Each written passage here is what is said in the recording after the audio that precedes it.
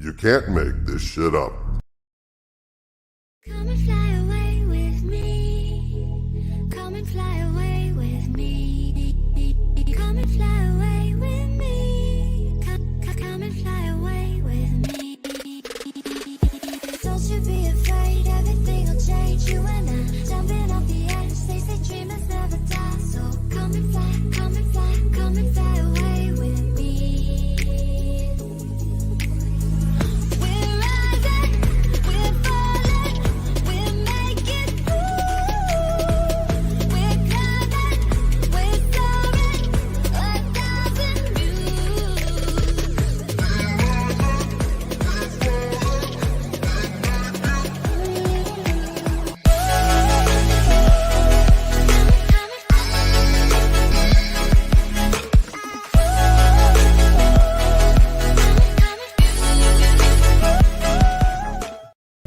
All right, what's going on, everybody? My name is Tyler, which I'm sure you already know.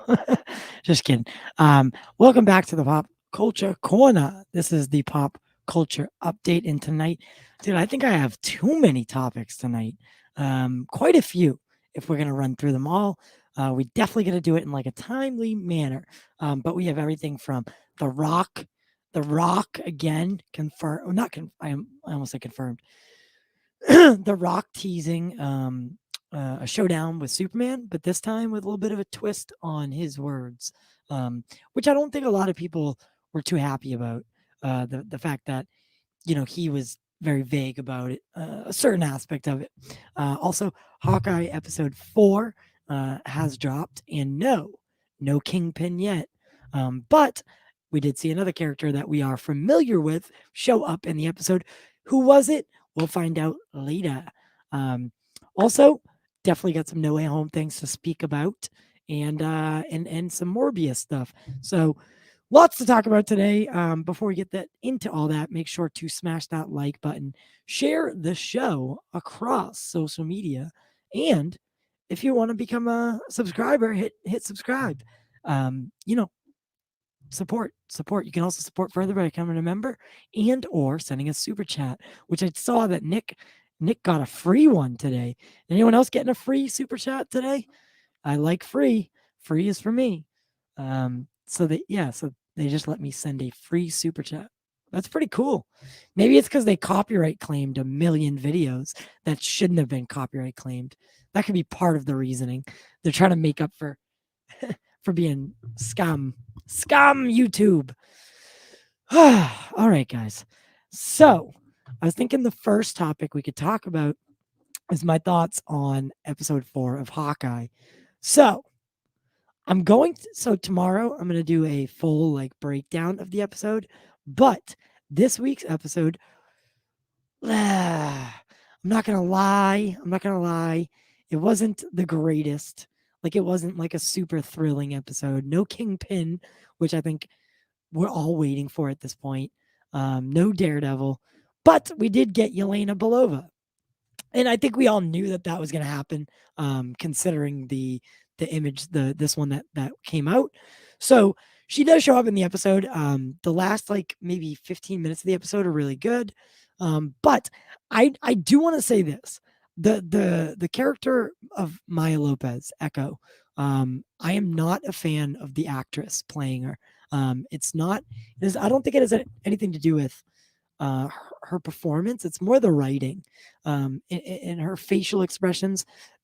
They're supposed to convey a lot because of who she is, and I feel like it's always super forced, or I don't know. And I really don't know what it is, but I'm not a huge fan of the girl that's playing her, and that's okay. Other than that, though, I think the series is doing a good job of telling its story. It's definitely a Kate Bishop story, with Hawkeye at the center of it. So I think so far it's done a good job. It's hard to look at it and be like, oh, this is only 6 episodes and we're 4 in and we still haven't heated up, so I'm hoping that the final 2 episodes are really pedal to the metal kind of episodes. I'm tired of all the teasing about Superman fighting Black Adam. just give us a confirmation at this point. Yeah, man. I'm with you. I'm with you. Funny when Andrew and Toby say there aren't in No Way Home, everyone assume NDA. But when The Rock says he doesn't know who is Superman, it's like no one has ever heard of NDAs. Yeah. Yeah. See, everything's always one-sided. I did put a little chat thing, like you can vote in the chat. There, there. So, so, oh my god! I woke up the other night. Right, I woke up in the middle of the night, and I could have swore I was still dreaming because the first thing I see is this video of Kevin Feige confirming Charlie Cox. But in the video, Amy Pascal looks like she's straight out of Hocus Pocus. So I made this Hocus Pascal picture because tell me she doesn't fit perfectly in here. Like, dude, she was so scary. That like she literally scared me like a lot in that in that video. The way she laughs, the way she like maniacally laughs at Kevin Feige talking about Daredevil. Dude, everything was so creepy about it. Like I was dying laughing because I thought I was dreaming still. I thought this was fake. I really thought the video was fake. I was like, there's no way Amy Pascal looks like that. She definitely doesn't. That's not her. I thought it was a parody. I really did. I thought it was some sort of parody, but no. Amy Pascal is Hocus Pascal. She's just she's just really she's letting herself flow, not go. She's letting herself flow. But with that whole thing, with the Kevin Feige confirmation of Charlie Cox, I think comes a really awesome fan service, because I think a lot of fans already had the idea that, you know, Charlie or Vincent were gonna come over to the MCU in some form or fashion. So this just kind of seals that up and wraps it in a bow. Let's take a look at the actual video of where she maniacally laughs like a crazy person. Here it is. I'm gonna make it big for you. That's what she said. Oh, I didn't add it to the stream. I know I didn't. I know for a fact I didn't. Yep, there we go. All right.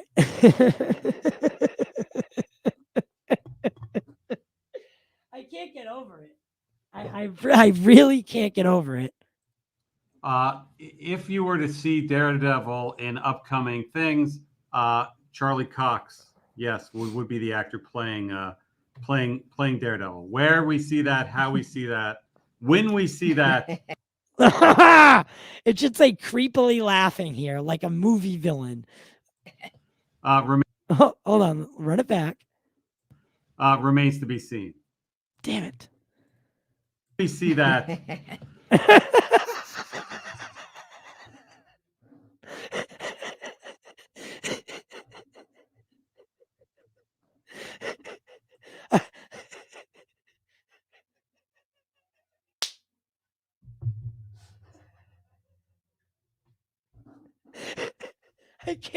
I can't even take it seriously. I can't. Oh my god. Oh, yeah, Hocus Pascal. she is, listen, this lady is smart as a whip too. She knows what she's doing. Like she is a great producer. She's wonderful. From everything that I've heard, at least, she's very sweet in person. She's very like she's very nice. Like she's very you know, just cool about everything. And you know, I don't want to tease her too much, but this is too hard not to, because she left the door wide open for it.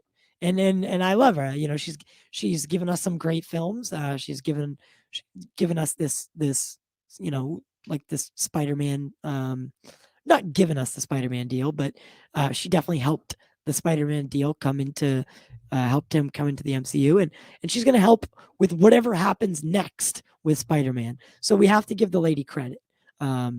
She she's amazing. But here she kind of looks like she may or may not be trying out for Hocus Pocus 2. That's okay too. We all have our days. But what did you guys think? What did you guys think of the news that Charlie Cox Daredevil will in fact be entering the MCU? We don't know how, when, if, and not if, how and when, but we do know that if Daredevil shows up in the Marvel Cinematic Universe, Charlie Cox will be playing the character. I think that's great. I think that's such a good, it's a good moment for fans, especially the fans that have been campaigning so hard for Charlie Cox to get his time in the limelight or the red light, whatever you want to say it. Go out. What's going on, Doomcock? Amy Pascal is slightly less evil than Kathleen Kennedy, just slightly. In this video, yes, I can agree with you there. It's probably the only thing I'd ever agree with Doomcock on is that sentiment right there.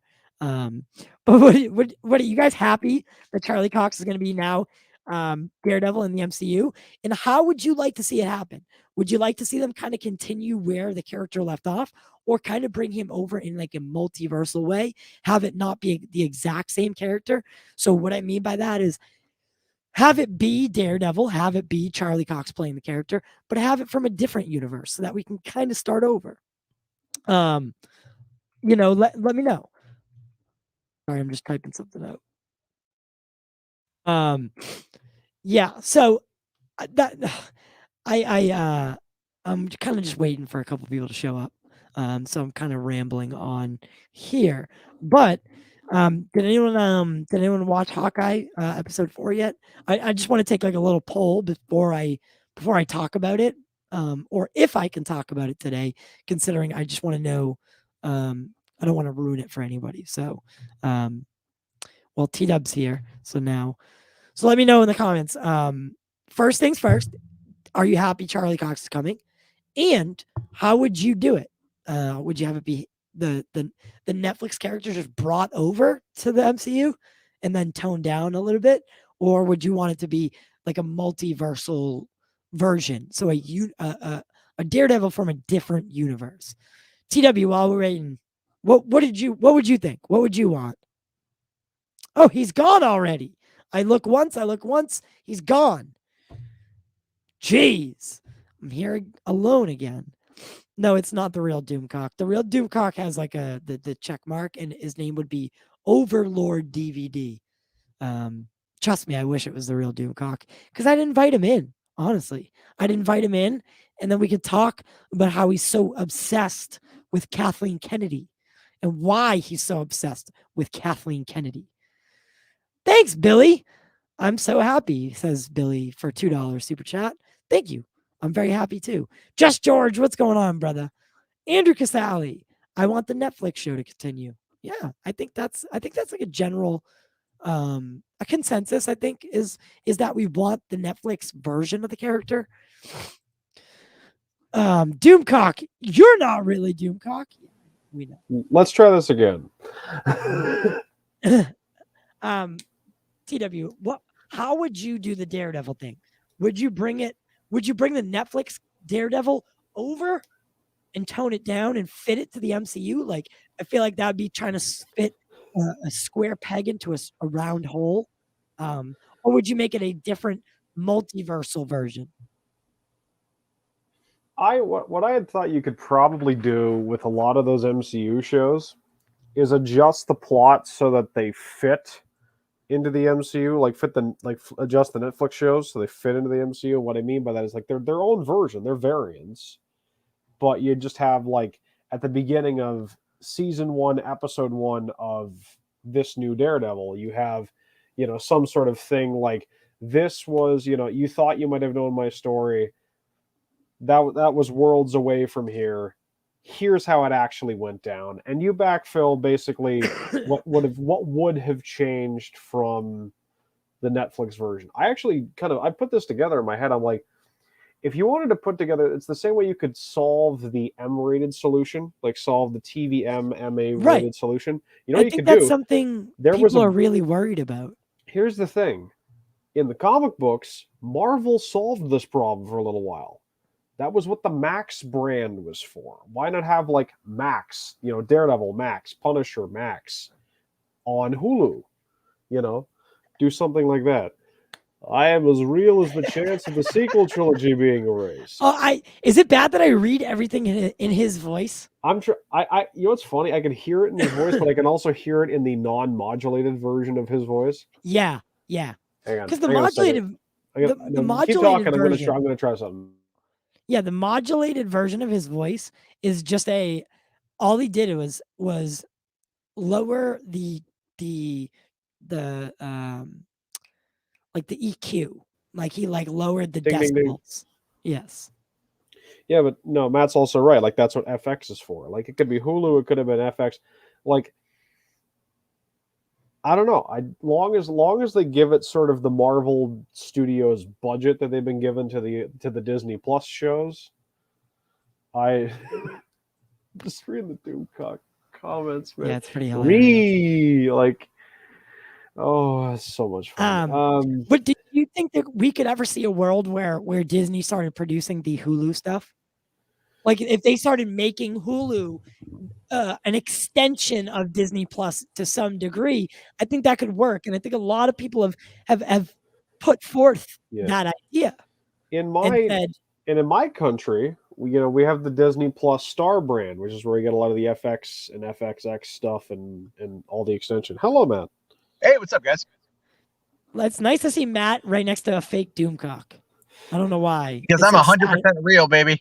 What did it's like that old joke I made about Doomcock. Why Harvey Cthulhu was an apt mascot for him. Were you here for that?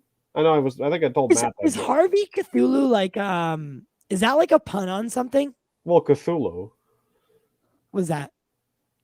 Like Maybe like H.P. Lovecraft, very famous old school horror author. I know who HP is, but yeah, Lovecraft created a character called Cthulhu. He was one of the old gods in this broader mythos that he did. And I had made a joke that Harvey Cthulhu was actually a great mascot for Doomcock because Doomcock, like Lovecraft, also opposes miscegenation. But right. It's funny because they're both racists. Yeah, that's why I made the joke. Jarbo, so we saw the video of the Hocus Pascal, right? So she looks you know what? I laughed at your joke. I also compared her to the van from Dumb and Dumber. Yes. Like I said earlier, it was also like she looks like Kathy Kennedy stuck her finger in a light socket. Yeah. Dude, it wasn't even just the hair. It was coupled with the laugh. Like what the was way so funny she laughs. about that though was the fact that a couple of days ago, Joe from Megapodtastic was putting together his crazy. I think it was his Crazy After Dark thumbnail, and I had thought what happened was I thought that he edited her hair in post. Yeah. But no, that's the real thing. But I'm curious as to get your thoughts, Matt, because so how do you think they'll bring Daredevil into the MCU? I really don't all right, so put No Way Home aside. Yeah. If you were to not do it in No Way Home, how would you do it? Would you make it a multiversal version? Would you make it the Netflix version? I would, the Netflix version, but smoothed over, because the thing with that is you've already got 3 seasons of established character growth and development of not only Matt Murdock, but Karen Page and Foggy Nelson and the Kingpin and everyone else involved in that show. And that's what fans want. Fans want to see these characters come back. They don't want to see new versions of these characters. They want to see those characters. It's part of the whole, idea of storytelling. It's like we build and form bonds with these characters. So if you're bringing them back, bring them back the right way. And that's probably one of the reasons why people responded as they did to the whole Ralph Boner thing from WandaVision, was because they have a connection with Evan Peters as Quicksilver. So, okay. when you get that, this is real, by the way. when we watch movies and we watch shows and we form bonds and connections, we actually develop, like we fall in love, if you will, with these characters. Like they become real to us. And when they're taken away, when like there's a sudden cancellation or they die in a movie or a show, and you feel that pain, that loss, it's because you actually are experiencing that. Your cortisol levels rise and your body reacts to as if it was real. And so Right. when they say we're bringing these characters back and you get excited, you get giddy, I mean, look at Luke Skywalker coming back, dude. Grown men Dude, cried. literally. I cried, and it's Literally. like, yeah, like seeing Daredevil, this Matt Murdock back as Daredevil is going to bring back those similar kind of emotions for me. And so the thing is, like, I know they need to kind of navigate it a certain way, and they're not stupid. I just want to say they're not stupid, which is why I also think that Ralph Bohner is not Quicksilver's real identity. I do think that he is that he is Quicksilver, and I think he was brought over, by Agatha. Is And what I maybe think. because the way that we were told that was like his memory was scrubbed, right? Well, no, it was scrubbed while he had the necklace on and Right. everything. But what if it's like a double scrub? Like she had to scrub him his real identity to give him this fake identity only to give him another fake identity. You know what I mean? I just find it weird that he had the powers of a speedster and she was able to somehow give him those powers. I think that's, I think that was very telling, actually. Yeah, but then again, Wanda was able to create the twins using reverse osmosis, and one had speed and one had the magic. But then again, if she's pulling from her own cells, a twin is a twin. It's like it's a split embryo, right? So she's going to have elements of her brother in her. She's going to share DNA elements of her brother, which is why her children, because twins are also prone to giving birth to twins, and having that particular split of powers would make, I mean, granted, look, we're talking about fictional characters here, but it still makes a modicum of sense, in how it would work out biologically. So I think that in this case, it is Quicksilver from maybe another multiverse, and or something along those lines. But you'll have to wait and see. I just think when it comes to Daredevil, they don't need to change anything, really.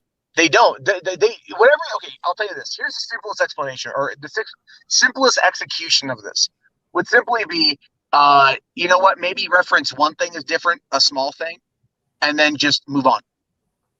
You know what I mean? Like, don't treat it as being different. As in reference an event from the Netflix show. Yeah. It's funny because the Netflix show mentions events in the MCU. They mentioned the Battle of New York. They mentioned the big green guy. Yeah. But they don't say the Hulk by name. It wasn't until Jessica Jones, I think, season 1, there's one reference to Captain America. In season 2, a little kid has a Captain America toy, and there's other references subtly, throughout it. So obviously, it was running parallel to that, and again, I believe it was originally designed to run parallel, very similar to how Agents of S.H.I.E.L.D. was designed to run parallel until season 3, when it all went tits up. Right. It's like they started strong with the connections, or at least the possibility, and then someone came in and was like, "Yeah, nah, you got to shut that shit down." Well, and I think that was Ike Perlmutter, as revenge over the whole, Civil War debacle that happened when Bob Iger came in and took, Marvel Studios away from Perlmutter and put it just in control of Kevin Feige. And there's clearly revenge there. And I do think that Feige wants to kind of, get things, because now he's got full control of it all. He can do whatever he wants with it, full control of it all. And obviously they're listening to the fans, and obviously they want to give us what we want. And they're not dumb, but they have to play coy. They have to play coy. And I hate that. I really hate that, because it's like, come on, guys, just stop with the nonsense. We're all adults here. Sure, these are children's things that we enjoy, but you can just be honest with us, and people aren't going to lose their mind over it. But it's just it's the business. Exactly. Sorry, go ahead. I couldn't have said it better myself. And I think I think the Charlie Cox thing, I think it's a win for a lot of fans, and I think it's a good thing. And I don't want to look too into it like in that sense, but I am very glad he's coming back. I'm very interested now and intrigued on if Daredevil's coming back, does that mean his cast is getting the green light as well? Will John Bernthal be included in some sort of deal? And where to, like, are we just picking and choosing our defenders, or, you know? Well, I think so. What I've been told by Mikey Sutton, and he's openly reported this as well, through the grapevine. So again, grain of salt, you know, as always. Of course. He was saying that Bernthal is going to be back, and Kristen Ritter is going to be back, but Mike Coulter and Finn Jones are not. And I am on the record, and I will be on the record, that Finn Jones was a fine Iron Fist. Great. And I thought he was great, honestly, and I know I'm crazy. No, you're not crazy. You're not crazy, dude. The first season was bad. Okay, like it was a showrunner did a bad job. They rushed the show to production. It was not that good of a season. But by the time you get to the Defenders, and he teams up with Luke Cage, the two of them had very good chemistry. Very. And if you go and you watch like that episode of season 2 of Luke Cage, or when Iron Fist shows up and they go start taking out drug dens, it was a solid episode, and it was showing you that a Heroes for Hire show could really freaking work. Yeah. And I know. Question. Yeah. My question would be: would you want to keep the Defenders full on street level, as far as like street level team? Yeah. Do you mean like in the MCU? Yeah. Yes. Okay. Yeah. Okay. I think so. Like I said, because if you look at, the reason I ask is if you do bring the Defenders into the MCU, we now have an original comics Defender, 2 of them in the MCU. Hulk and Doctor Strange. The original 4 were Hulk, Doctor Strange, Namor, and the Silver Surfer. So, like, which and Namor apparently is popping up in Wakanda Forever in a year? Yeah. So I mean, you know, there's that. Silver Surfer is now back in under Fox, and so I mean, with you know, Fantastic Four in the horizon, that means that Galactus is not far behind, and there you got Silver Surfer as the Herald. So I mean, clearly we can see where things are going with all of this. But I think the reason why I want them to stay ground level is probably for the same reason why I love Spider-Man just being Spider-Man. You know, like the thing with Spider-Man is he's ground level, but he can migrate around. You know, we've seen him integrate into the Avengers now a couple times. He's gone into space. He's gone to other planets. Mm-hmm. Then he went to Europe. You know, and then now he's back in New York and he's going into the multiverse. Right? They've been moving him around quite a bit. You know, a real unstable childhood sort of situation. And I'm thinking, like, look, man, but Spider-Man works because he is that ground level, homegrown hero type. Same with, you know, Steve Rogers. Like, Steve Rogers is I believe, you know, ground level as well. But they work to speak to the larger problems. I don't see Daredevil going up against someone like Thanos and being very effective. You know, that is, unless he's able to ricochet his baton right up Thanos's butt. You know, I don't know. That's why Hawkeye wasn't really featured in that last battle. You didn't see Hawkeye lining up an arrow to Thanos' head. He was on like some sub mission, you know, trying to get the gauntlet somewhere else. Yeah, I mean, his job was a gauntlet, and he knows how to be stealthy, and he knows how to get around stuff, and he can maneuver. You know, like he's got the ability. He's like the acrobat type. He can do all that, and that would be something maybe Daredevil could do. Would be acrobatics and everything else, but. You know, it's like. Oh, did you watch episode 4 of Hawkeye yet? Oh, hell yeah. Okay. TW, you said you didn't, did you? No, like I said, as far as like spoiler discussion, if there's nothing to spoil in this episode. Go for it. There's good character moments in the episode. I want to know what you guys think of. I mean, my audio avatar is already cracking a joke at some of the potential spoilers. So. What do you guys think of Echo? I'm not a fan. I'm not a fan of and God, I'm about to do it again, TW. What do you guys think of the girl playing Maya Lopez? Just so I don't mess it up. I want more time with her. Okay. because like I enjoyed her origin story. I know certain people who hate women didn't, and I like the ground level stuff. Look, here's the thing, man. Is like I know people out there like to complain about villains. Why can't villains sometimes be villains? And there are villains out there who are villains. But let's be fair. What causes someone to be a villain is not always just pure, evil, right? There are circumstances that always push people to become as radicalized as they do. Anyone out there who says, I just want a villain to be a villain, but the Joker movie was the best film of 2019, hands down. Really, because Right. circumstances I'd love to meet pushed those Arthur people. Fleck. Exactly. So it's like you have to have nuanced character development in order to showcase like a relative connection between the audience and the villain, and the audience and the hero, right? It's the idea of the yin and the yin and the yang, right? You figure, okay, fine, Bruce Wayne, his parents are gunned down in front of him. He chooses a life of vigilantism to fight crime because he wants to make sure it never happens again. What's another villain who's an orphan and has been in a very similar situation, but instead of choosing a life of vigilantism or to become a hero, they decide that they want to go into crime because they feel slighted by society. I mean, Prometheus. these are reflective issues in our own culture. And the problem, though, is that I think what it boils down to, if you want my honest opinion, is the people who make those arguments about not wanting nuanced bad guys and nuanced villains are afraid of looking at themselves in the mirror and questioning if they could ever go down that pathway themselves. They are literally afraid of reflection upon their own life because they don't want to ever think about somebody else. It's a very interesting psychological experiment to really dive in to the mindset of someone who's like, why can't villains just be villains? You know what I mean? It's like, sure, they're assholes, they're villains, they're bad guys. But isn't the whole point of catching them and sending them to prison for, reformation? Isn't that kind of the whole aspect of the criminal justice system? That's I mean, like it's the argument of, like, if you want to, pardon me getting a little political here, but if you want to look at the criminal justice system, right, that's the argument of, is it rehabilitation or is it purely incarceration, right? Like exactly. That's where you'd have to. That's when you're coming from that perspective. I think that's what informs it. I I'm mean, somewhere in the middle. I like a good old fashioned, like I'm a massive Star Wars fan as you are. I like Sidious, but I don't need everybody to be Sidious or to be Skeletor or to be this or be like. Right. I'm okay with Sidious, guys being, being exactly. nuanced. I think. Well, I mean, again, look at the concept of Anakin as Vader, right?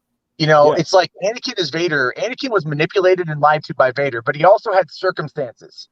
He was born of the Force, didn't have a father growing up, so you could tie it into the whole fatherlessness problem, which I do believe is a very, very interesting discussion, and one that does not, simply fall on one group or another.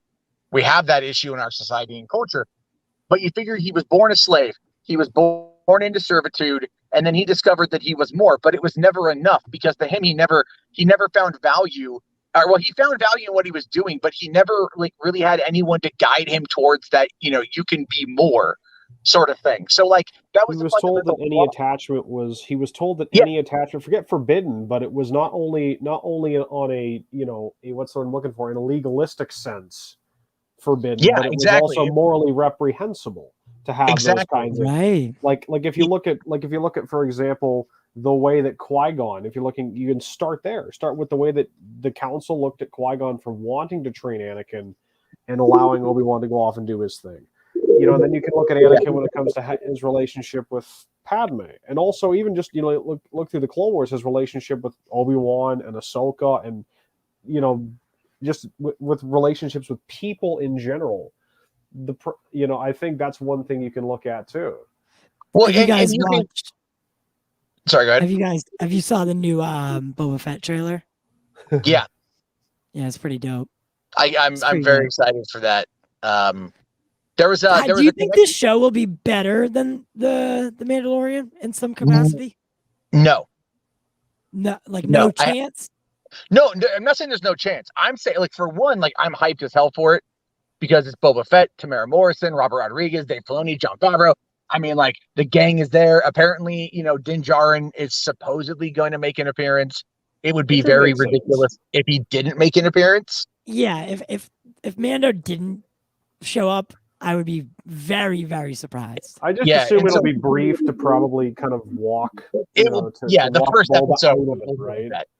You know, like I think it's the first episode. Boba, don't do this. You know, why are you doing this? It's like, hey, I was with you. I did my job. Now I'm gonna go do what I actually want to do. Can I ask you guys a question? Because I'm not like huge Star Wars. Is what Boba is doing considered bad? I don't know. That's the thing. I also don't know enough about the story. Like, okay, so he wants to go take over Jabba. It's been 5 years since Jabba died. Obviously Bib Fortuna was attempting to take over in the power vacuum. Homie got super fat in 5 years. Like, you know, he was snacking on a lot of them, whatever you want to call it. And then he got taken out like a punk bitch because he's Bib Fortuna. Yeah, you know what it feels like to me? Like it feels like Godfather in the sense of Jabba is Sonny, Boba is Michael. That's what it feels like Rodriguez is trying to do with the show. That's what it feels like to me. Maybe. I mean, the thing is, though, we have to ask ourselves, and maybe we're going to get this because they said answers are going to be coming. Did Boba Fett hate Jabba the Hutt? He worked for him for a fair amount. He worked, as we saw in the special edition of A New Hope. You know. Yep. There we go. That's what I wanted. Sorry, I was waiting for an order to come in, and finally the one I was waiting for did. But we saw him work for the Empire. The whole no disintegrations thing. I mean, now it's like maybe we're going to get some explanations on that. But obviously, Boba's done some nefarious stuff, and here he is wanting to rule with respect. So I'm like, is it just because maybe the 5 years with the Sand People taught him a difference of perspective? That makes sense to me. Like, because it's like that's maybe what I think happened, because maybe he has it's the idea of like going back to nature, I guess, or I don't want to say the Sand People are primitive, but I mean, look at like Mando season 2. Yeah, you look at the way that we as the audience have been told about the Tusken Raiders through New Hope, through Attack of the Clones, that these guys are savages. The literal word was used, and yet Mando's working with them, talking with them. He's able to get local people on Tatooine outside of the Sand People to work with them. Like they're not. I don't think they're as savage as it's the way like mythology and stereotype builds. If you want to go that kind of deep with it. Well, I mean, I think that's a great point, because obviously, as I mentioned before, a lot of these, with like the nuance of the villains, it really does boil down to the storytelling and how we can showcase these characters. There's a lot there that I think that we're going to be able to dive into and explore. There's going to be a lot of lore building. And even Tamara Morrison was like, look, I'm relying on Dave Filoni to fill in the gaps. And I'm relying on the team to fill in the gaps. And a lot of, and that to me says a good thing, because look, when I think of Star Wars and I think of Star Wars lore, I think of Filoni. And I don't think of the Star Wars story group. I don't. And I don't think anyone out there who's, who pays attention to this stuff really does either. I know they serve a purpose, but really it's like, and they've even said that, like, this is something that needs to get out there. Like, this is like the fact that, like, even members of Story Group have said Story Group does not have the heavy hand that you think it does. Yeah, because I think what people think is something which I'm not saying we should or should not do, but I think it's almost like what people expect is obviously, when you complete a pass of the script, it goes through the director, it goes through the execs and like all the way up to Kathy Kennedy and something like that. I think people expect it goes through. Go through the creatives, go through directors, up to the executives, and then get a pass at Story Group to line it all up. And give far more notes than people think that they're actually sure. But another thing that the Story Group does as well is, like, let's say, for example, like I think when Favreau was writing Chapter 9, so season 2 premiere, which, oh my God, that episode. Yeah. Oh my God. Put that in IMAX. Yeah. For the love of God. Like, just give me a whole, can we petition that? Can we petition Disney to do a full 9-hour run, right? Or 8-hour run where it's just all season 2 in IMAX for the day. And God, yes. Just like go die happy afterward. I wonder if that could be possible. I think it could.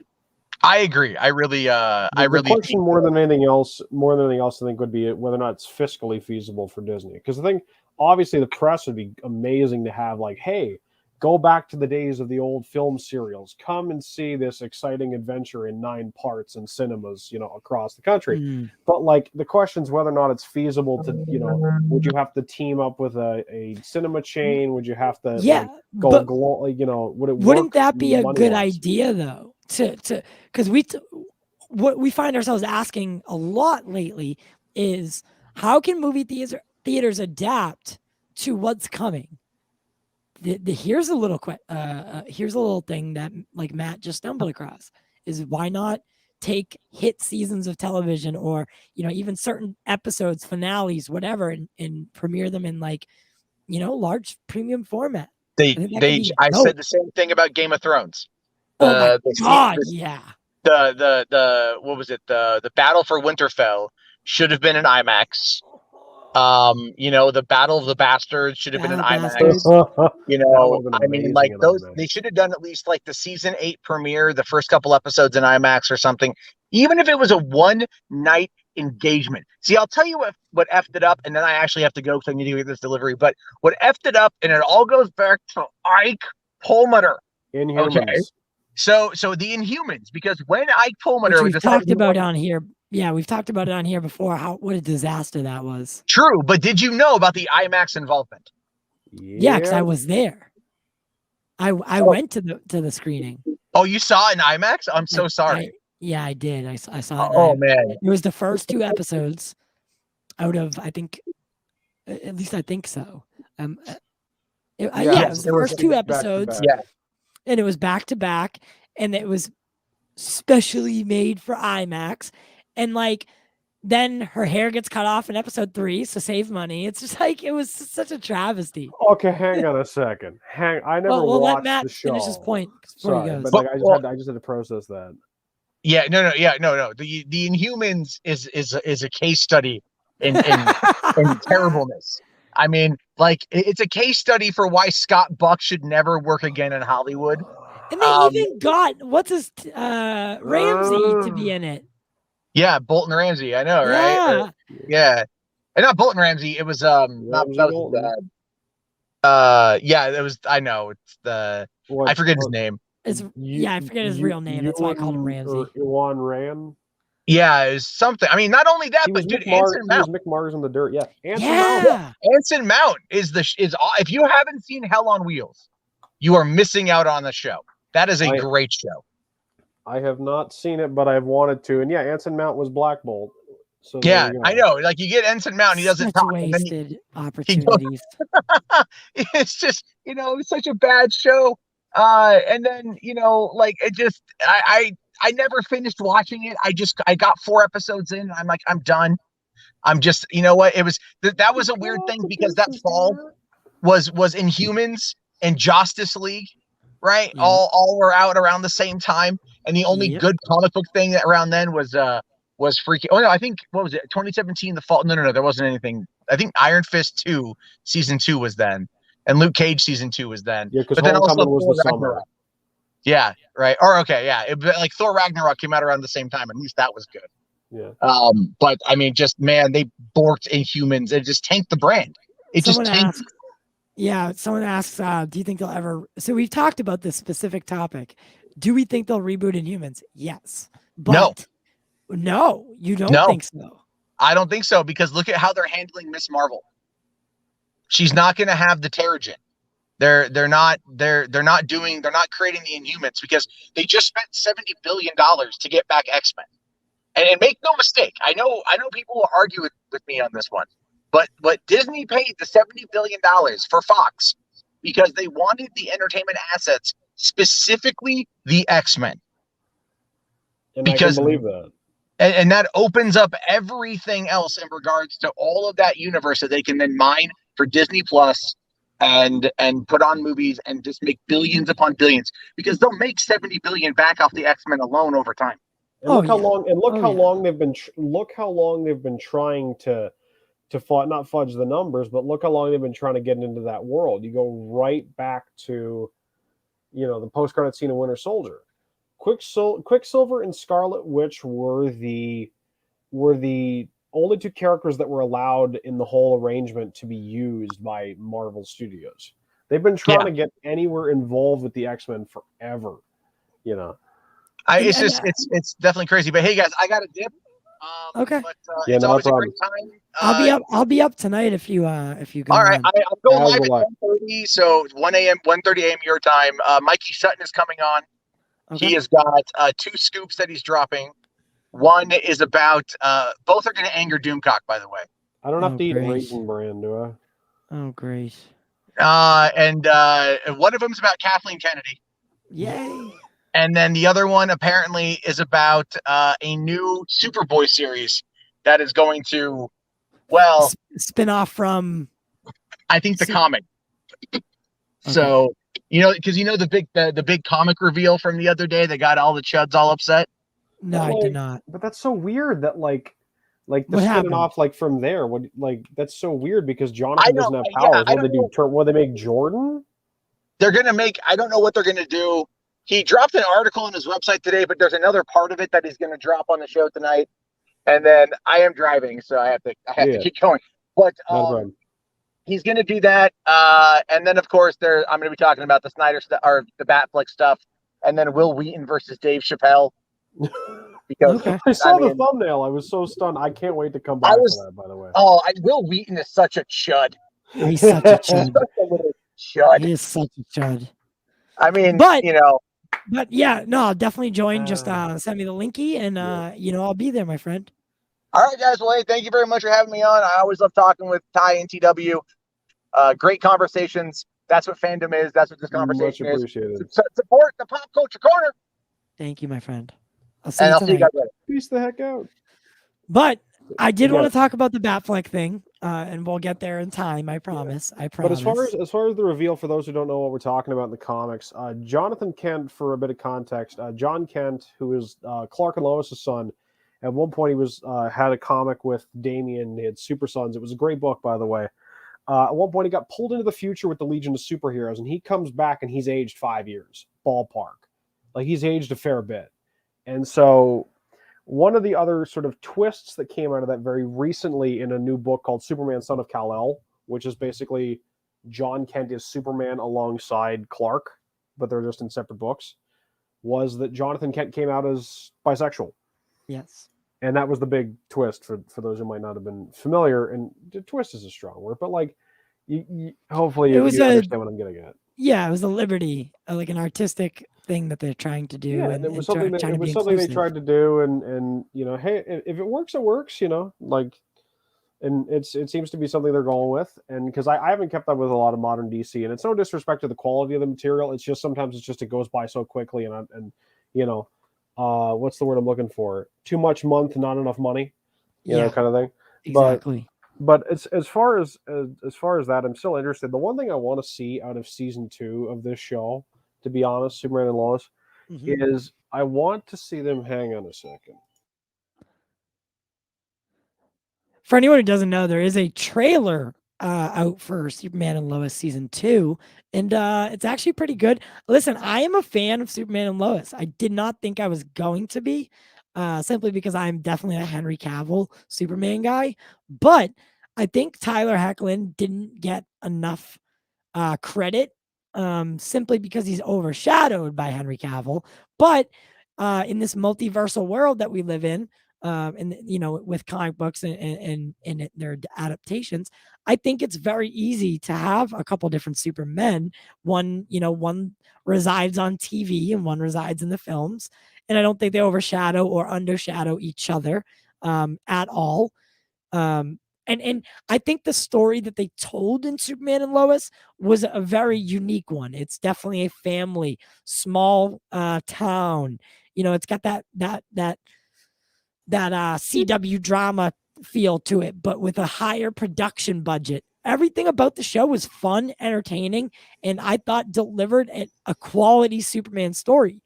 And if anyone tells you otherwise, they're not telling you the truth, and they're most likely too busy caring only about Henry Cavill. And listen, I love Henry Cavill. Don't get me wrong. But I'm okay if someone else comes in and does the character on a different platform, in a different universe, in a different medium.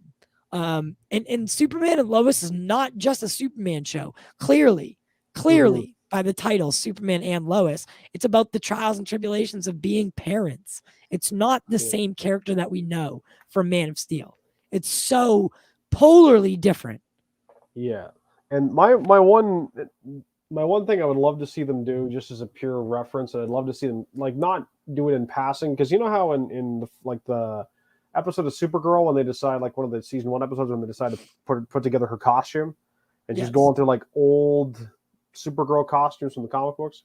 There's one I want to see them actually keep for Jordan if he ever gets a costume, and that's the 90s, or like a version of the 90s costume with the leather jacket and the sunglasses. And you could do some sort of like some sort of synthesized Kryptonian glass so he can keep them on while and shoot laser vision through them or something like that. Right. Yeah. Do just some sort of jargon like that, but it's a cool design. I love that costume design. It's always been one of my favorites. So yeah, I'm not really a fan of the story. I'm not a fan of how no, okay, so I'm not a fan of like the CW shows, but something about Superman and Lois was different. I thought they Max budget. writing. Yeah, exactly. And that's where I was kind of leading to. I think the budget really helped this case, and I think we saw honestly, I think Superman and Lois could have been so much better if they cut the episode length, not the length of the episodes, but the series length. If they cut it by like 3 or 4 episodes and invested that money back into the subsequent episodes. It was I think it was what, 22? Yeah, so I think if you cut that down to like 15, even just do the 13, because that's a very common episode order in modern cable television. Yeah. Exactly. So if you would cut some of those episodes instead of going for the traditional CW series season lengths, I think if you cut the length of the series, the season down to about 13 to 15 episodes and invested that money back into said 15 episodes, this would have been a smash success. And on top of that, one of the other things to consider is the fact, and this is just like restate the audience, is the fact that it was a partnership with HBO Max. I thought it was more than that. Oh no, I think what happened was, I think it was a longer season, but they cut it due to the pandemic, I think is what happened. And they had to readjust some of the episodes and so forth. But I honestly either way, 8 to 10 episodes is what I think new television hopefully Warner's will learn from Disney in that respect. I know, people often call Warner's a very reactive or reactionary studio. Yes. Hopefully they learn from Disney in the sense of like, look at Falcon and the Winter Soldier, look at Loki, look now at Hawkeye.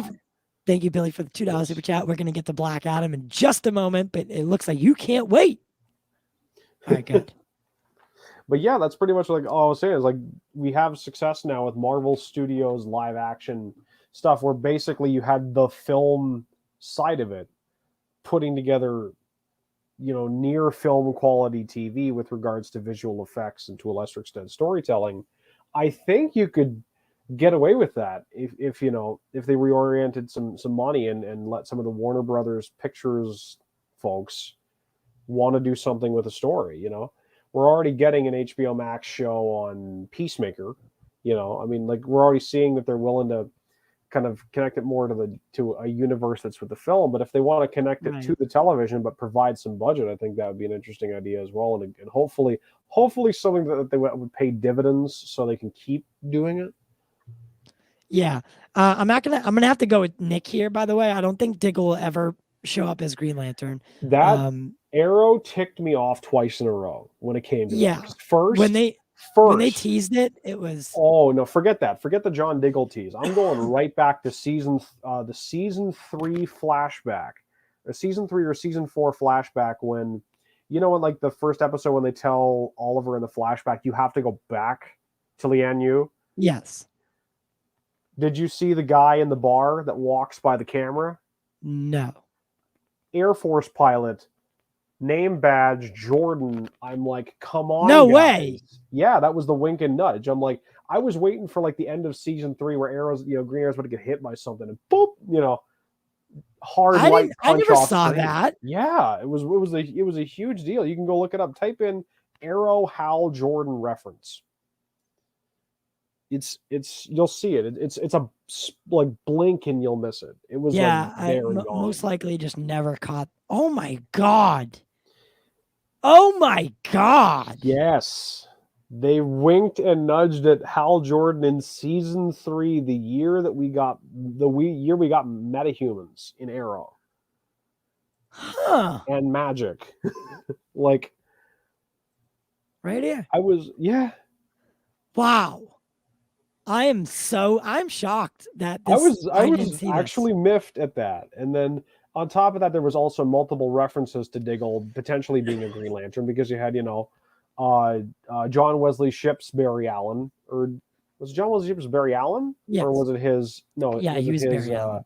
No, but I mean, was it Oh his no, Barry no. or was it his, I'm sorry. Jay? I'm sorry. He was not Barry Allen. Well, He he is was like Jay Garrick. Jay Garrick, yes. So, and he says to Diggle, John, where's your ring? Like obviously referencing the fact that on his world, Diggle's John was Stewart. Green Lantern, yeah. Yeah. Or he was John Stewart. Yeah. So I think the whole thing about the Arrowverse is they were sowing seeds for potential setups that now Warner Brothers has taken such a. You got to remember, like season 3 of Arrow, HBO Max wasn't even a thing. I've said this before, and this is no disrespect to Christopher Nolan, but Christopher Nolan did irreparable damage to the CW television series, to the entire universe, because Arrow was created right around Batman Begins, or just after Batman Begins' success, before Dark Knight, or right around Dark Knight's coming out, and that was when this thing was taken off, and we got an ultra hyper grounded, hyper realistic. It's why we didn't get literally any metahumans of any capacity until season 2. The Flash was an experiment to see if this succeeded.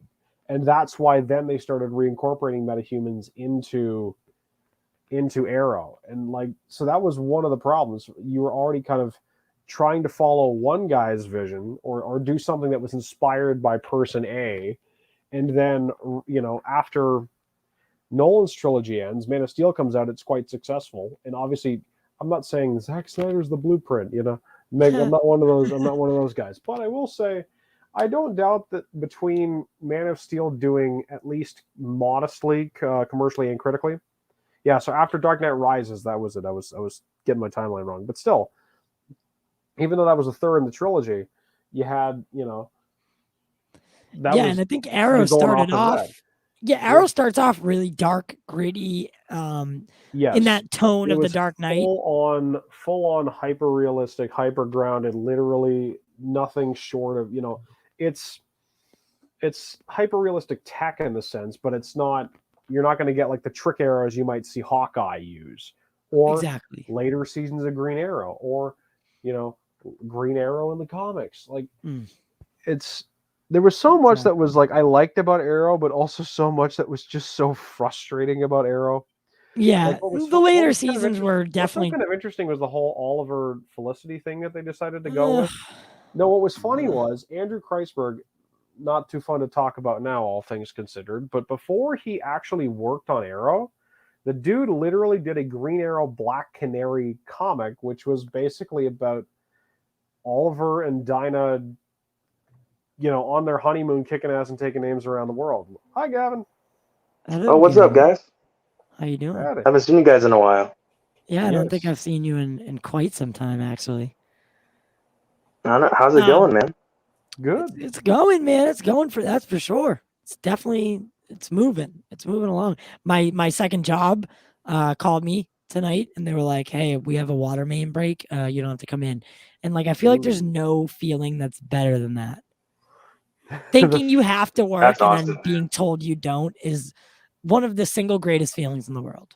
I had the highest highs and lowest lows of that experience, where one time, this is going on 5, 6, 7 years ago now, but I'll never forget it, was I get called or called by one of my guys at work saying, "Hey, you work today." What? No, I'm off today. Yeah, you work today. Hang on, I'll come up. I take the bus over because I didn't have my car. So I take the bus up. I go check the work schedule at the back. It was another guy with the same first name as me who's on my team. So he was the guy that was supposed to be working, not me.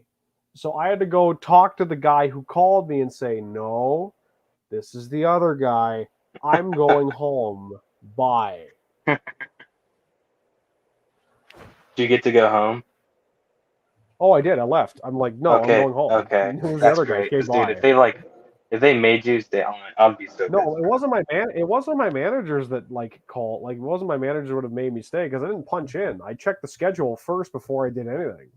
I'm like, nope. I know I'm off today. Right. I have written evidence. I'm like, okay, I know it's not it, and yep, I was right. So I am gonna move on from the Arrowverse talk for now. And I'll give a quick just a quick thing with Latin there. There's, if you go all the way back, I mean, literally people in DC years ago. I mean, even Denny O'Neil, called Green Arrow Batman with a bow and arrow. Yeah, I think the show definitely drew inspiration from the realism of Batman and their villains and his the villains, the street far too many. levelness. But that's Yeah, I never got why Ra's al Ghul was in the show, to be honest.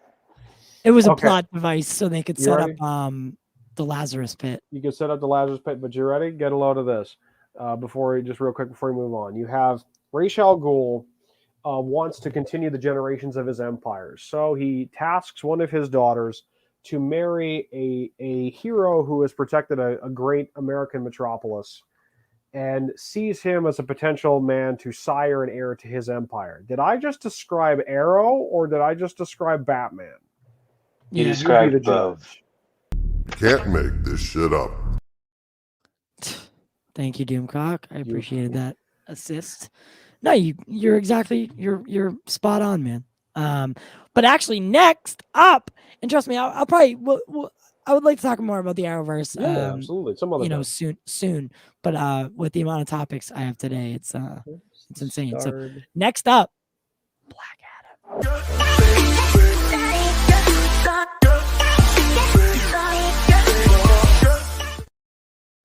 All right. So, did you guys read the comments from The Rock? I'd be hard pressed to say you didn't see these things. I had seen it. I had heard Matt discuss sort of the big one, but it was definitely an interesting comment, that's for sure. Yeah, so basically what The Rock is saying is that, so once again he's teasing the Superman fight, right? So the showdown between The Rock and Black Adam. That's all well and good. However, this time he threw a little twist on us and said that he doesn't know who will be playing the character, but it will happen. So basically, because in the past, he's kind of hinted that Henry Cavill would be the Superman, that the only Superman he wants to go up against. But now he's kind of recanting a little bit. Do you think, A, Warner Brothers said, stop teasing Henry Cavill because we just don't know? Or B, he really just, he just doesn't know? What do you guys think? I think both are viable statements. I think both probably happened. It was kind of, we really don't know. And as far as most likely, assuming that contracts haven't been done, it was something that Warner's probably, I won't say told him to say, but at least gave him the information that, look, right now, we don't know either. We're working on it. So that's really all we know at this moment. So that's what I would gather. It's probably both of those things. Yeah. Sounds like something Warner Brothers would do. But we also got some cool looks at Black Adam in total film. I'm really enjoying what his appearance is like. Like the detail of the costume, I think is immaculate. I love it, and I can't wait to see more of the other characters in this movie. Yeah, bringing in the JSA is insane to me. The real JSA, not like the Stargirl version of JSA, which is the JSA, but just a different version with There's different. so many JSAs, Ty. You might as Yeah, like. There's so many different versions, dude. there is. There's tons of different. Well, think about it. I mean, just think like the about it in the Avengers of comics, Justice right? League. Yeah. Think about it in the comics, right? Look when the JSA was created. The JSA was created in like 1943, and they've had rotating characters in multiple continuities for 70 years. Yeah, like I It's said, a lot of people, and especially if you look at like the 90s JSA comics, you have generational characters. That's why you have, like, in Stargirl, the version of Dr. Midnight that exists, the version of Tempest that exists, the version of Hourman, that there's Rick Tyler and then there's Rex Tyler, or Rex Tyler then Rick Tyler. But like you have the generational aspects. So you've got multiple people sharing these identities over generations. I think is why it's so tough to kind of keep everything tracked. Well, the what I'm really referring to is like the being able to see Dr. Fate on screen, being able to see Hawkman on screen. Those things are going to be Pierce Brosnan truly as special. Dr. Fate. What a casting that is! If I've ever And seen one. But I'm the one that I am the most excited for, because he has been one of my favorite characters since I was a kid, is Hawkman. I love Dr. Fate, but Hawkman was always one of my favorites because he was one of the along with Dr. Fate, I think it was one of the inaugural JSA members. So it was a lot of it's really kind of nostalgic for me because I read a bunch of old JSA comics when I was growing up. Right. Hawkman is interesting, dude, because he's. I mean, if you introduce Hawkeye, don't you bring in like his whole like what's it called, like his race, the Fan? Well, here's the thing: Thangorian? Golden Age Hawkman. For a bit of context, Golden Age Hawkman was Khufu, the ancient pharaoh, who basically had touched. It's basically the story you get in Legends of Tomorrow is actually the Golden Age Hawkman. It was, Khufu and his beloved reincarnating through generations after exposure to nth metal. It wasn't until would have been the Silver Age or maybe even the Bronze Age when they reintroduced Hawkman that they actually introduced the Thanagarians, and so that they're completely different. They're completely different sort of species, right? Like one's a human, one is bird dudes from outer space, right? Yeah, they're aliens. Yeah, I mean, like we're so used to. I think it also helps, especially for people of our generation. We're so used to the Justice League cartoon and having Shire and having the Thanagarians being the only ones, right? Being the only type of Hawk people out there. But I like both versions because they're so different. One's based purely in fantasy and a sort of that kind of science fantasy. Right. And one's more based in sci-fi and having an alien race of these people. Right. Which one would you prefer for the movie? I think what they're probably going to do is they're probably going to go with the Hawkman, because I mean, like you have again Khufu, right? You have the ancient pharaoh, and you could have the connection to Egyptian history that you had with Black Adam, because he was a sorcerer who was one of the first warriors, the last warrior to go to the Rock of Eternity and get the powers of Shazam. Yeah. But the difference was in the comics, what was cool was they're actually based on different gods. So like you have all the Greek gods that Billy Batson gets his powers from. Subscribe to Pop Culture Corner. You have all the Greek gods versus the Egyptian gods that power Black Adam, and it's also spells out Shazam in the same way, which is really interesting. Cool. The TW doesn't Mazaz or the ultimate, like the Syndicate Shazam, use like Norse like gods or something? You notice that? There's like an evil version of Justice League called the Crime Syndicate. Yeah, the Crime Syndicate. Yeah, so the Syndicate of America. Yeah. And there's a Shazam. So it's like an evil version of Shazam. His name's Mazaz, and uses like Norse gods. I'm pretty sure. Like Shazam like backwards. Base. Yeah, well, I think there's like one of them is like one of them is like Heimdall, and one of them like but it still spells out, like Mazaz. Like each one is named after a god, kind of like how Shazam is for like Greek mythology. Right. Interesting. Yeah, I'd have to look more into that. But this also ties into a new thing coming from Daniel RPK's channel, or whatever you want to call it, site, channel, whatever. he's saying that also that Ben Affleck was in fact offered an HBO Max show but turned it down. Do you think there's any validity to that, or I don't 'cause- think we'll know until someone decides to go and try asking Ben Affleck for themselves. Unless you have someone who was like penning a script or was a producer or a potential producer on the show that was being tapped what by I fi- Warner's, you know? what I find hard to believe is that Ben would appeal, because the reasoning they gave behind it is that Snyder wasn't involved, but Snyder's not involved in the Flash. Snyder wasn't involved, was never involved with the Flash.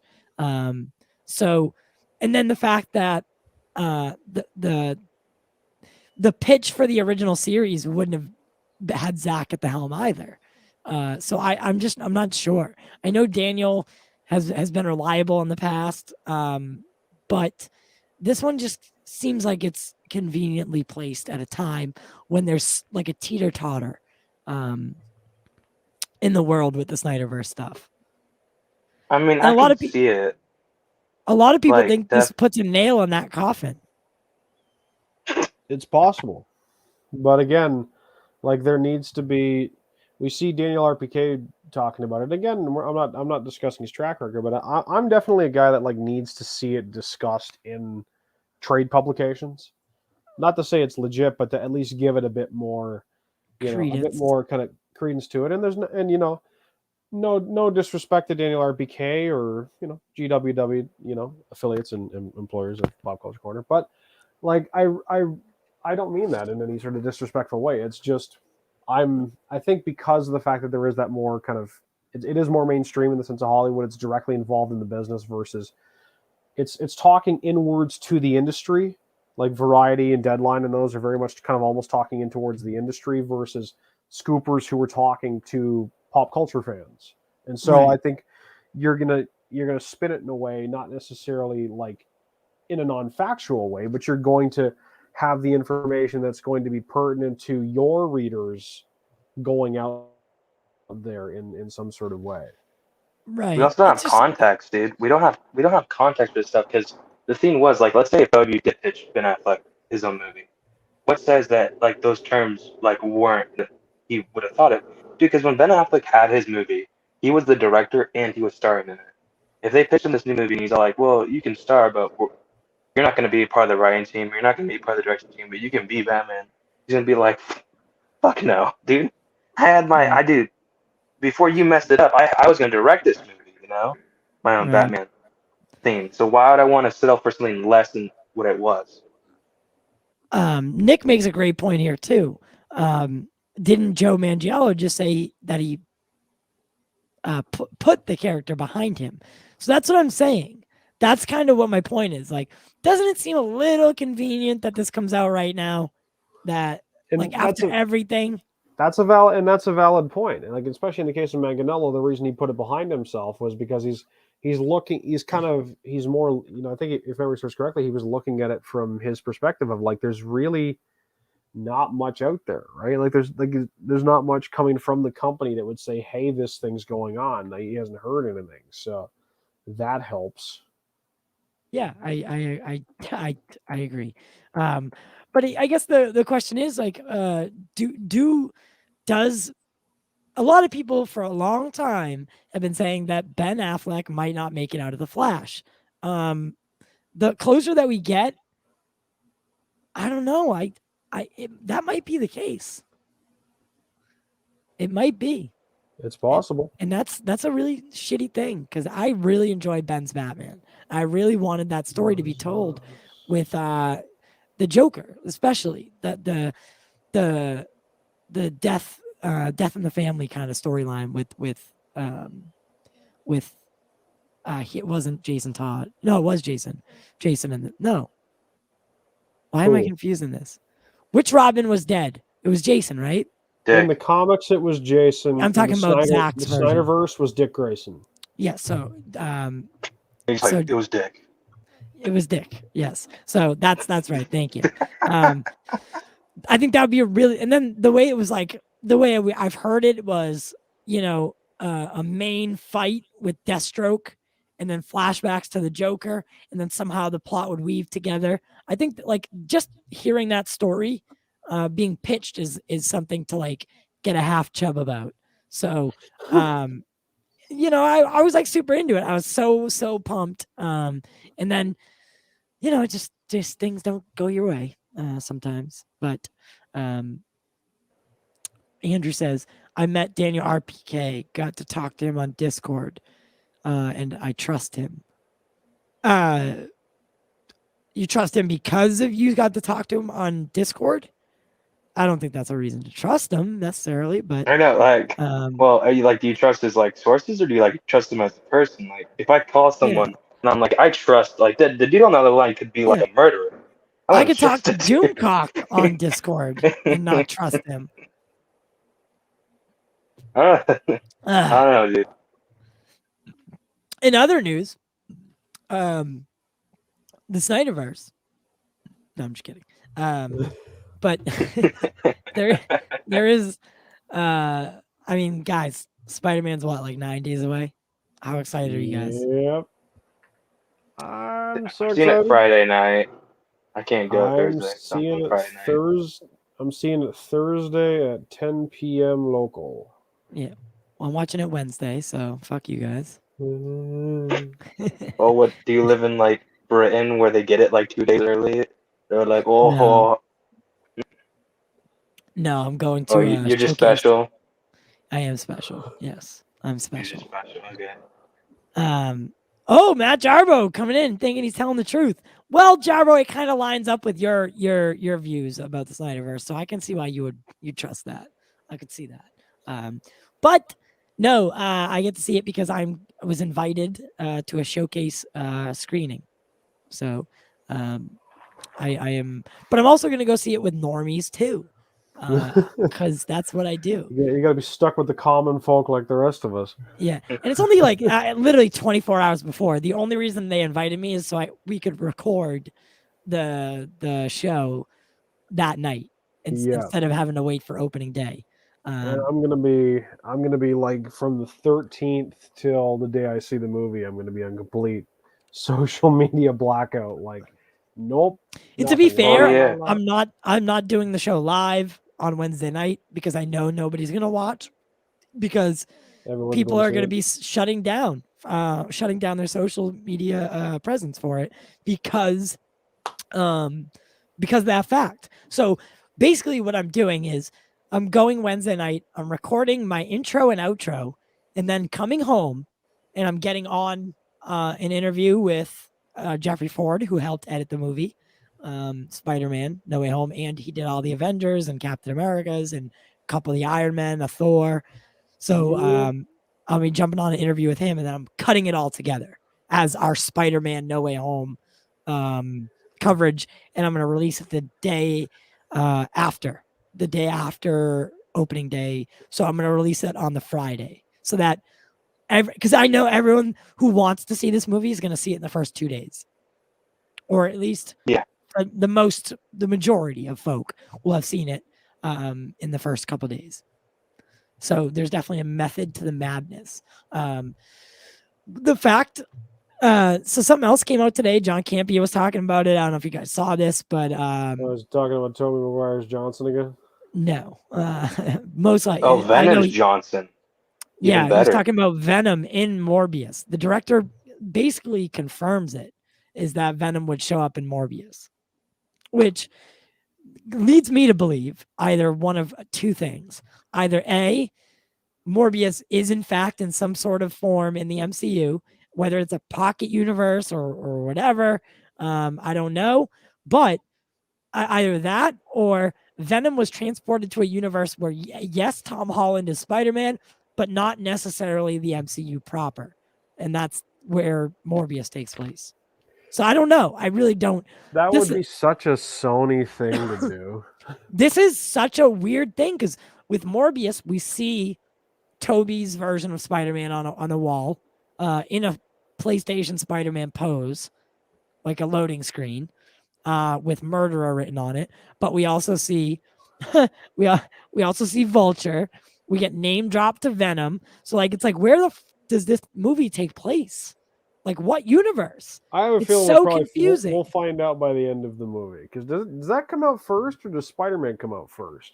Spider-Man. Spider-Man comes out December. This comes out January.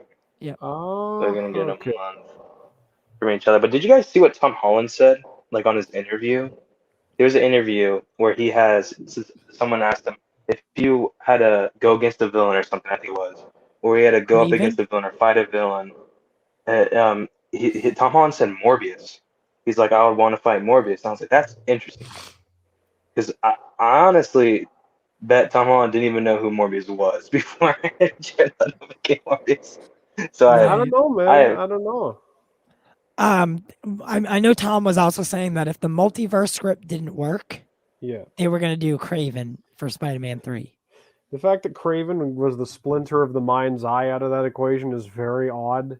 Yeah. Like, for those who don't know what I'm talking about, fun fact about Splinter of the Mind's Eye and Empire Strikes Back, Lucas basically produced 2 treatments.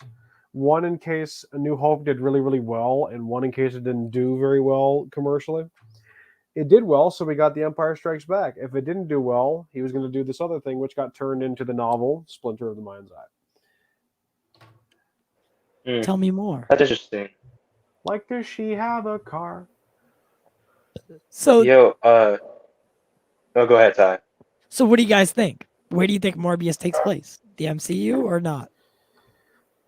I have no idea, dude. I have no idea. Are you guys excited for Morbius? I am. I am. I am. The transformation sequence actually got me kind of much more hyped for it, because you're seeing it in context. It's not just Jared Leto walking around. You know, it's not Michael Keaton making a Dr. Mike joke. Which I honestly think that scene where he goes, "Hey, Dr. Mike," or whatever it was in the newer trailer, I actually do think that's a reference to Dr. Mike. I could be wrong, but I think that's a genuine reference to that. So I'm gonna go out on a limb and say it does not take place in the MCU proper. Well, don't you think that I was gonna say, don't you think that one day they're gonna do Blade and Morbius, and once you need the MCU for that? I have a strong feeling that he'll be like the post-credits or mid-credits scene for Morbius. Vampire and Vampire Hunter, who is also a vampire. Come on, like it's too easy to not do. Well, that would depend, because you'd have to work everything out, because Disney owns the rights to Blade, and it's a Sony movie that Morbius is. So you'd have to work a bunch of stuff out. But I think you could. Yeah, because because technically we got our first introduction to Blade already, and that was at the end of Eternals. But it wasn't like an on-screen thing. I haven't seen the movie, but I am very interested to see what that post-credit scene that everyone's talking about is like. So yeah, I'm intrigued. You haven't seen Eternals? No. It's all right. I love how you sounded so concerned.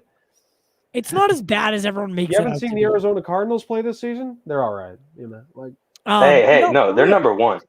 For real though, for real, Eternals is not as bad as everyone makes it out to be. For instance, like there's this one scene where Arsham, his head, you're looking up at like the sky, and his head is coming down to earth, right? Like Judgment style. And I was blown away by how they achieved that look. It was so hyper realistic, and it was so amazing. Was it the scene that's in the trailer? No. Because that's another one in its own right. Yeah, that's another one. Like to see the scale of these not Eternals, of these Celestials. Yeah. To see them scaled is immaculate. One of my favorite things was to see Paul from Into the West Comics talk, and like seeing his reaction to the trailer when they showed the Celestials for the first time was so cool, because he's such a big Marvel guy and like a big comics guy, and seeing his reaction to it got me even more hyped to want to go see it. It's just the only reason I really haven't is basically, like I said before with the comics, too much month, not enough money. I got lucky with the Spider-Man thing because my buddy bought me tickets, and I'm paying him back next week when I get paid. But like, I'm so excited. I am really excited for this movie. I'm just very tired. Like during the day, I was humming the Spider-Man theme to myself. I'll be honest with you. I think the Spider-Man hype, as fun as it is, same with the Snyderverse, the Snyder Cut when it was coming out. I was so excited for it, but I was so over hearing about it at some point, like towards the end. I was so done with people speculating, theorizing, including myself. I'm not above it. I was sick of hearing myself talk about it and others talk about it, that like I couldn't wait for the film to come out so it would stop. I'm getting to that point. And Not it as didn't bad. stop. And then it didn't. And then it Yeah. never stopped. It will. Here we It are will never 32 stop. years later, and we're still getting it. I wonder if the Snyderverse will come out next year or the Yeah, year after like, that.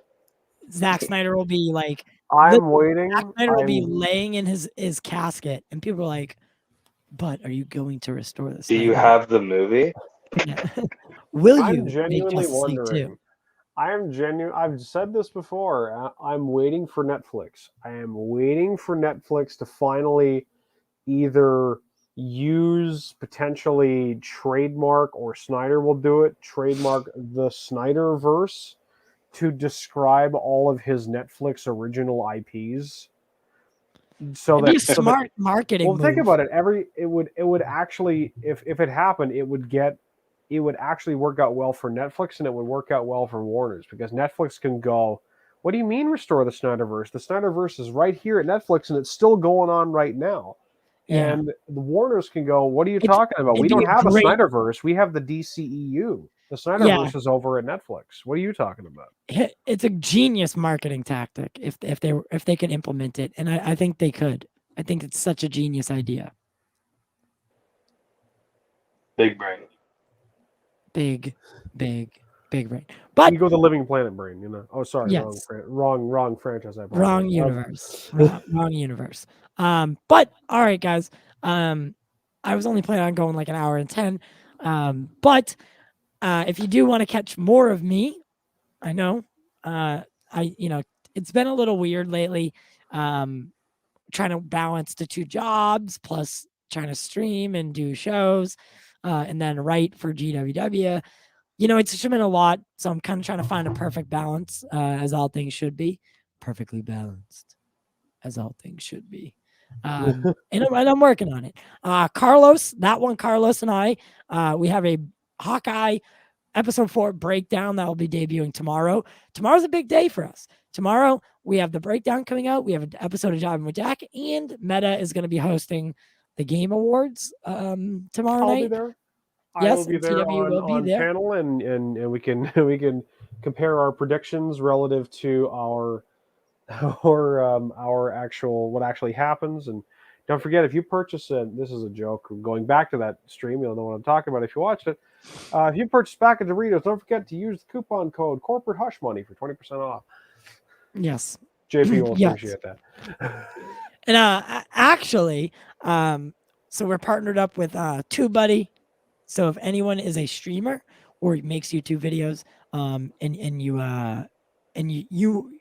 don't use TubeBuddy, you're kind of screwing yourself, especially if you're a smaller creator and you'd looking to optimize your videos for search engine optimization, whether you're trying to reach a larger audience, a broader audience, or a more targeted audience. You can also make thumbnails, and you can pretty much do channel audits, so much stuff. So use our link in the description below. Sign up. It helps you. It helps me, and you'll be on your way to a better and bigger, more dedicated audience. I use it, and I literally am not just boasting. It integrates with YouTube so perfectly and seamlessly. It's not some like hack third-party app. YouTube recognizes it. That, and I'm not supposed to mention this, but I also use vidIQ. I use their free version. And if you use both of them, you kind of set yourself up for success on a consistent basis. I mean, we have only been doing this show for a little over a year, and we're averaging like 1,000 new subscribers a year already. So, guys, I mean, we're going to be on Jarbo's show tonight, so make sure you subscribe to $3 Theater and or Matt Jarbo's channel. I know he's in 2021. He's looking to revamp it a little bit, and do some more cool stuff. But yeah, check us out there. Mikey Sutton is going to be dropping some tea, as the cultured nerd used to say. Is that like a phrase that I didn't know about? Is that like a phrase? Drop I don't tea, know. I've heard spilling Drop- the tea. spilling the tea, whatever the fuck Oh, it is. You know, spilling. like- That's it. That's I've heard Like that. spilling the The tea. cultured like, nerd and Lightcast used to love that saying. like bring the popcorn. Oh, Kind of. okay. It's kind of ironic if you consider it. You know. Yeah, yeah. Where's Lightcast these days? Oh, that's right. That's right. I'm just kidding. I'm just kidding. For the record, I didn't just say that. But it was weird. For Yes. legal reasons. that's For legal fine. reasons, I didn't just say that. You can't make this shit up. Like Doomcock said. Guys, all right. Make sure to smash that like button, subscribe, ring the notification bell, join the membership. And if you'd like to support, we're gonna be doing more pre-recorded videos, but we're gonna debut them live, so you can still send live chat messages. Lots of stuff in the works right now, just not enough time to prepare it. But I'll see you next time. That was a lot. That was a lot.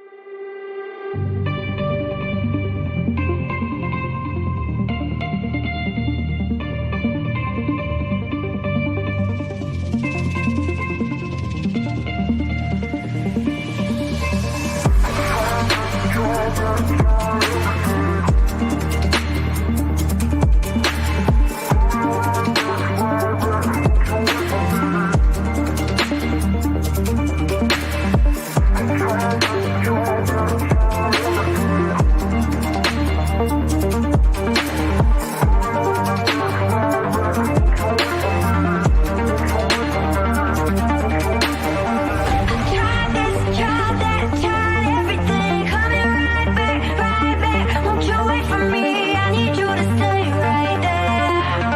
I'm coming right away, right there. I tried this job, I tried this job, I tried this job, I tried this job, I